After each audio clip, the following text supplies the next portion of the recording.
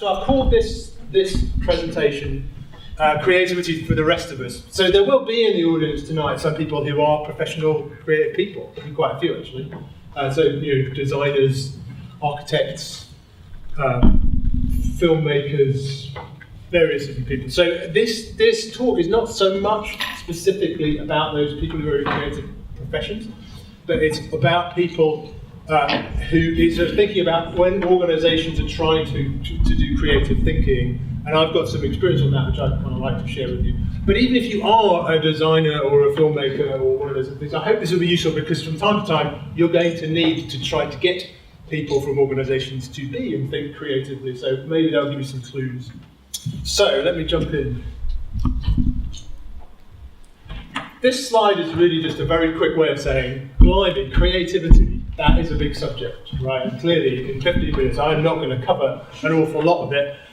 And it's also worth thinking, it's like, there are lots of different forms and expressions of creativity, from kind of at the top, creativity in and around business.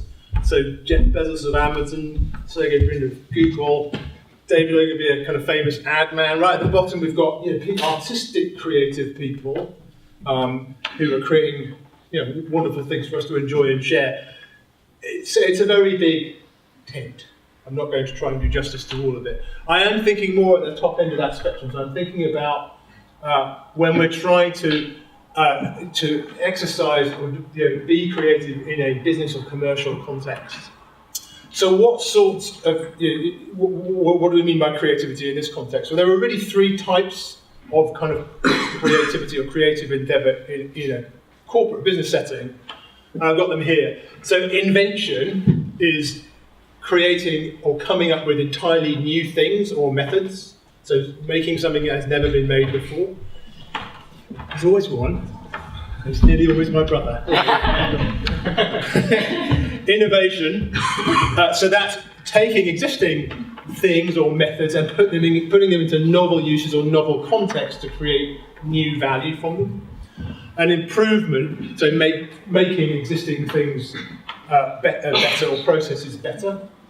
So there's a kind of, if you accept that, there's a kind of hold on, Tom moment in there, which is improvement. I'm saying, and I really firmly believe, is a creative activity. And if you think about improvement, then yes, that's right. Pretty much everybody who's got a job is required at some point in their job to be creative. Harriet is here. Harriet, tell us what your job title is. Accounts clerk. Accounts clerk. So Harriet is the accounts clerk in my business. And I require Harriet to be creative because I require her to think about how can she improve the processes, the ways of working that we're working on. So she needs to be creative at certain points. Maybe not all the time, but that's a part of her skills that we need to have developed to have effect for our business. So if you've got a job, you've got to be creative. Which kind of leads you to this second point, which is, okay, so if we've all got to be creative at some point, how can we become better at that? If we've got to do it, we might as well do it well or to the best of our powers and abilities. So what do we need to do? I've got a model here of organisational creativity, which I've picked out because it's kind of true and interesting, and also it's kind of short. There's only 3 things in it, so it's good. We could probably do a doctoral thesis on this, and I think this woman probably did. Teresa Amabile of Harvard Business School thought about organisational creativity, and she's saying there are 3 components: expertise, creative thinking skills, and motivation. So those 3 things will come into play if you're trying to make creativity happen in business. And I'll cover them up. I'll actually cover them in reverse order. Motivation is a short point, really. But there are 2 sorts of motivation. Intrinsic motivation, that's leaning into a problem because you're interested in that problem. I like solving problems, or I really we've got to do something and fix this thing that's wrong with our business, or we've got to find a way of improving that. That's intrinsic motivation. The motivation is coming from within you. Extrinsic motivation is, if we don't sell more widgets in Q4 this year, we're all going to get fired. So the motivation comes from without. It's a pressure that's put on. That form of motivation is much more common in a business setting, and it's definitely worth it if you're trying to convene some sort of creative activity in a business to think, well, hold on, I might be working with some people on this problem, what are their motivations, and understanding those people who have intrinsic versus extrinsic motivations is quite a useful thing to take a measure on before you get going. This is the slide that I'm least happy with of my whole deck, partly because it looks a bit like a boring slide, and partly because if this talk was an hour long, this is the one that I'd be unpacking in more detail. Creative thinking skills, so the tools and the skills that you need to make creative things happen in corporations, in companies. And I've broken that out two ways. So first of all, in some ways, isn't actually, if you like, it's the skill of creating the right environment, the right place and time to allow creative activities to happen. So yeah, the point, space and time. People often underestimate the amount of time that they need, and often underestimate the influence that environment will have over how creative people are. So to think about that is important. Sponsorship is, again, in an organizational setting, really important. So who in your organization is allowing this creative activity to happen? To what extent do they support it? Will they participate in it? And to what extent will they support the outcomes, the ideas, the stuff that comes out of this creative process and actually do something about it? And in my work, I spend quite a lot of time working on those senior body, people in the organization, to make sure that the creative activity that's happening has got their support and is enthusiastic support.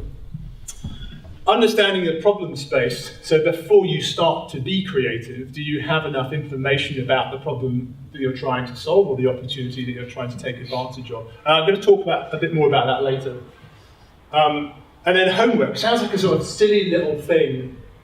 If ever I'm trying to convene a creative activity in a company, I'll almost always set a homework task, partly because it starts the creative process before we all get in the room or into whatever context we're going to be working in. So that's good. It kind of gets the engine rolling, gets people thinking about the problem space and about what they're going to do to participate.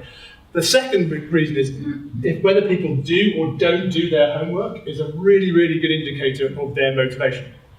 So if you set a half-hour homework task before some sort of creative meeting or endeavour, 5 out of 6 people do that homework, you've got a good clue about them. One person doesn't, often the most senior person who's invited to take part.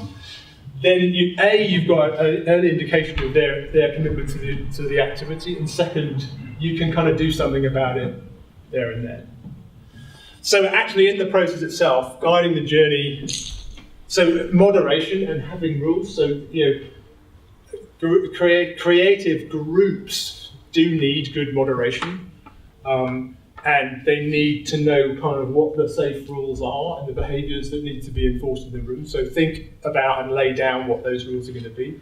Tools and games, of course, that's one of the things we're going to talk about today. So it's like little techniques, tools, sometimes game-like fun things that help people get into a different mindset and actually start to generate creative thinking. And obviously, Rod's going to talk about that in a second.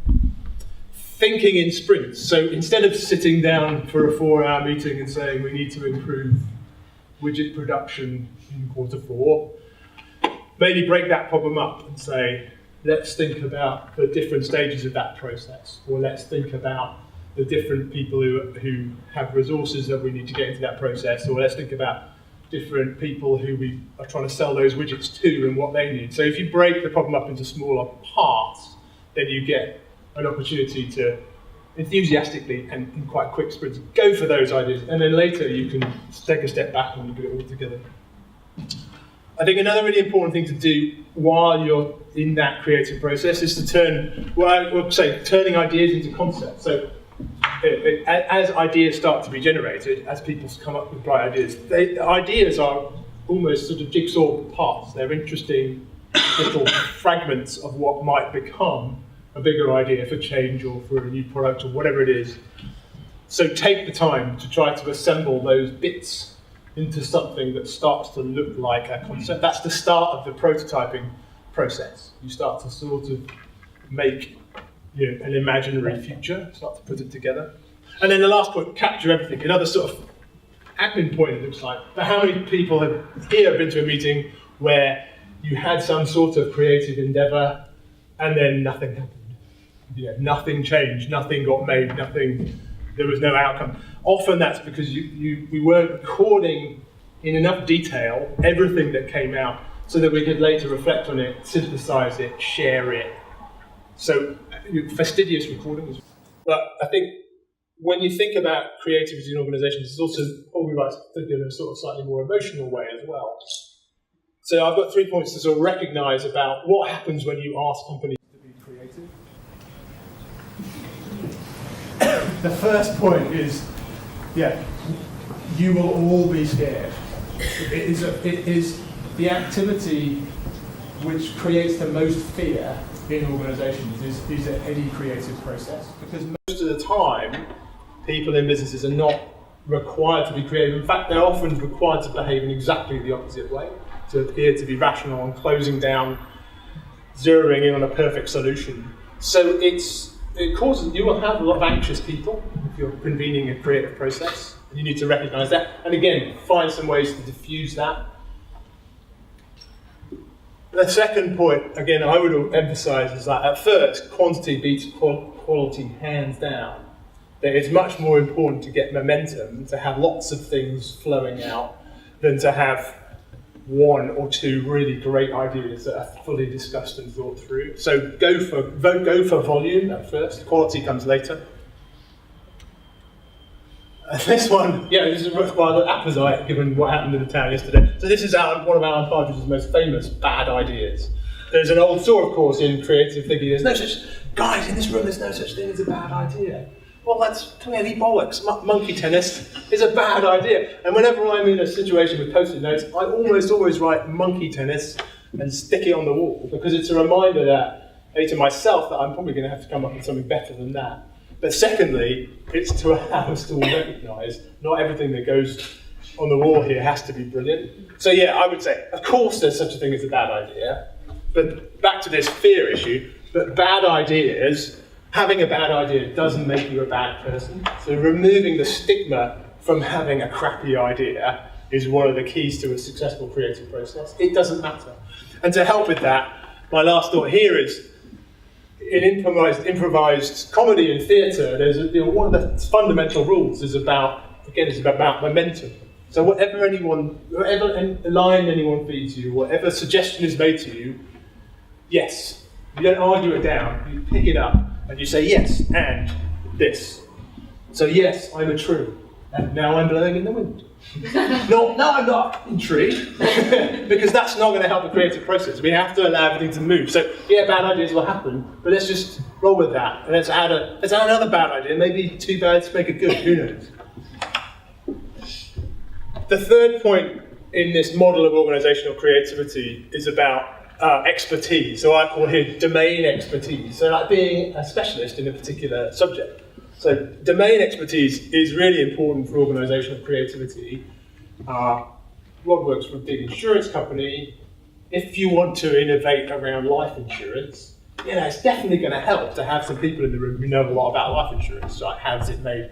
Who buys it? What are the regulatory difficulties around that sector? So domain expertise is essential for creativity, but it's not the only thing you need. So you need to triangulate or complement that domain expertise with perspectives or expertise from different places. I want to illustrate that with a made-up quote. In fact, two made-up quotes. So the first is attributed to Henry Ford, who was in fact made up by someone in about 2001. There's no record of this Henry Ford ever saying this. In fact, there's no record of this quote any time before 2001. Trust me, I've spent more time than anyone should knowing about this quote. Because in my professional life, this quote is utterly offensive. Because what it's saying is, customers, they don't know what they want. They don't know what they want. There's no point in talking to customers about what they want because they don't know. If we're in the business of making up quotes, then I've got one for you. So if in 1900 I'd asked the American coach-making industry what they wanted, they'd have said, a faster horse. They'd have said, look at that beautiful coach. And this is the bloody problem. The horses are too slow. They would have said that because their domain expertise would have did blind them to the reality of what actually the world was waiting for. The world was waiting for faster transformation, and I think customers would have been able to tell them that, but domain expertise in coach making would never arrive at the solution of we don't need coaches anymore. So, okay, what can you do about this? Yes, if creativity is going to be founded on insight and understanding of the problem that you're trying to solve, yes, you need domain experts. You are important to the process. If you know a lot about coaches or insurance or whatever it is, yes, we need you. But there are lots of other perspectives that is useful to bring into your creative process. And sometimes that might be literally asking those people to be in a room with you when you start to think about something. Other times it's just getting out there beforehand and asking questions, intelligent questions, of people with expertise from different domains. So yeah, customers, non-customers who absolutely hate you. Critics, people are talking in the press. Children is a great source of like, why does the world work like that? People from the front line of that organisation who talk to customers and understand their problems every day, or experts from entirely different domains. That's often a reason why I'm asked into a room, because I'm not an expert in life insurance, I'm an expert in different things. So you're going to find it hard, for all the reasons you said, to be creative as a group, convene a creative activity in a company if you don't find a way of getting these other influences, other ideas and insights and perspectives into that process. That's it from me, I think. I've got 3 things that I hope that I have, 3 points I hope I've made. First of all, everybody who's got a job has to be creative. Sorry, even if you don't think that you'll feel like you're a creative person. Jonathan, you're giggling. You, my friend. No, it's just what you're saying. I completely hear what you're saying. Everyone who's required to be creative should have some tools and techniques that help them in creative thinking. That's going to help. If you're going to have to do it, you might as well learn how to do it well. And then the third point, you can't rely only on your own domain expertise. You need to bring in the views of other people, other points of view. That is it. I've got some. I won't go through these now. When we post this, you've got these lovely resources. These are things that I've found useful in helping give me some of those tools and perspectives, skills. So if you're trying to convene a creative process, some of this might be useful. Or you can talk to me. That's how you can talk to me. Thank you very much. Any questions?